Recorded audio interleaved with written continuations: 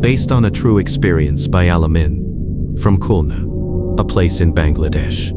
The night of March 13, 2015, a Friday.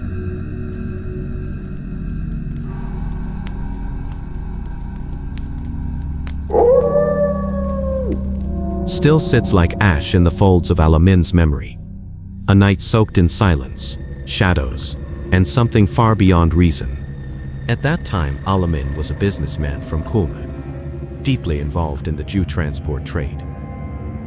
That night, he had delivered a shipment to a remote jute mill, nestled approximately 15 to 18 miles from the town of Bogura.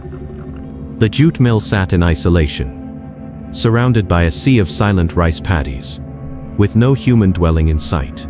Only the factory stood with its monstrous machines whirring through the night, and beside it, a brick field. Both factories reportedly owned by the same man. Sometimes when it got late, Alamin would sleep inside the jute mill for convenience. That night, he had done the same. Around 11 p.m., the relentless hum of the machines and the distant mechanical howling of the brick field kept him from sleep. He tossed, turned, and finally gave up. Climbing out of bed, he stepped out of the factory and onto the silent road that ran in front. His eyes drifted to the brick field. It was engulfed in complete darkness, except for a single weak bulb hanging near a small office hut.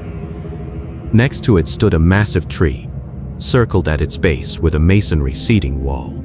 It was a place workers often sat under during breaks in the daytime, but now it stood lonely beneath the dim yellow light, a solitary throne for someone unwelcome. With a sigh, Alamin walked over and sat beneath the tree, the concrete cool beneath him. The night air was alive only with insects and the rhythm of the jute factory's machines. Yet, as he sat there, scrolling through Facebook, something inside him stirred. A creeping, inexplicable unease, a sensation as if the night itself had begun watching him. To calm his nerves, he lit a cigarette, the tiny glow of the fire momentarily giving him comfort. The tobacco smoke curled into the night, and he told himself he'd finish it and head back in. It was getting late. His body felt strangely heavy. He had only taken a few steps back toward the jute mill, perhaps 20 to 30 steps, when a voice rang out from behind him. "Hey brother, wait." Alamin turned. A man, draped in a clean white outfit, was walking toward him. Calm, almost serene. Alamin was surprised, but not alarmed. He tossed the cigarette in respect and waited. The man came close and asked gently, "How are you?" "I'm fine," Alamin replied, blinking in the dim light. "Do I know you?" The man smiled. 40 days ago, we were introduced. You fed me dinner in a Bogura restaurant. I hadn't eaten in 2 days. Do you remember? And just like that, Alamin did remember. A cold, vivid memory bloomed in his head, one from more than a month ago. It had been around 1:30 a.m., after a delivery.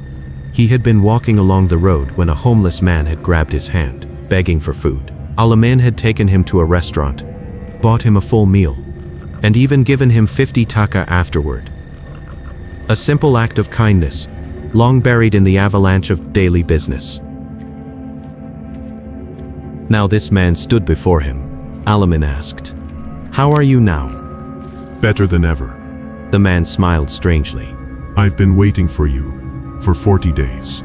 Confused, Alamin asked, "Do you need help?" No, he replied softly. I just wanted to see you. Then his tone shifted. You shouldn't have come here tonight. You did a very bad thing.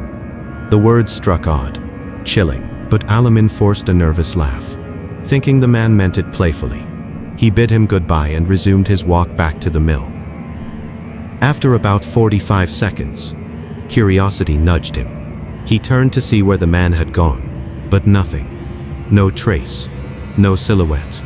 Just the tree, the dark office, the flickering bulb, and that awful sense of something being off. The man had vanished into thin air.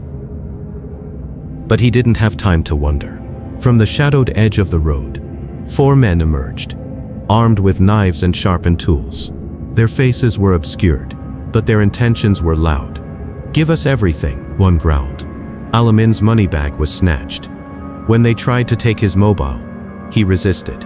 That was when they lunged. Pain, searing. His hands were sliced, body thrown down. Blood soaked into the dust as the world faded. When Alamin came to, it was to a soft voice, calm and eerily familiar. I told you, but don't worry. You'll find your things under your bed. His eyes snapped open. He was inside the caretaker's room, exactly where he had tried to sleep earlier that night. His clothes were bloodied. His hands still bore fresh wounds. Dazed, he checked beneath his pillow. There, his money bag. His mobile. He staggered outside and grabbed a security guard, demanding answers. "How did I get back here? Who brought me?" The guard looked genuinely puzzled. "You never left. You've been here all night, sleeping." Alamin dragged the guard outside, to the road, to the spot where the man in white vanished. And there on the dirt, still glistening under the early dawn, his blood. At sunrise, Alamin packed everything and headed to the bus terminal. As he waited, his mind raced through the night's horror. Was it a hallucination? A dream? Some trauma-induced breakdown? That's when he saw it. A crumpled old newspaper on a nearby bench. His eyes fell on the photo on the front page. His breath caught in his throat. It was him, the man in white. March 2. The headline read, "Local homeless man dies in road accident." The date hit Alamin like a hammer. It had been exactly 41 days since that death.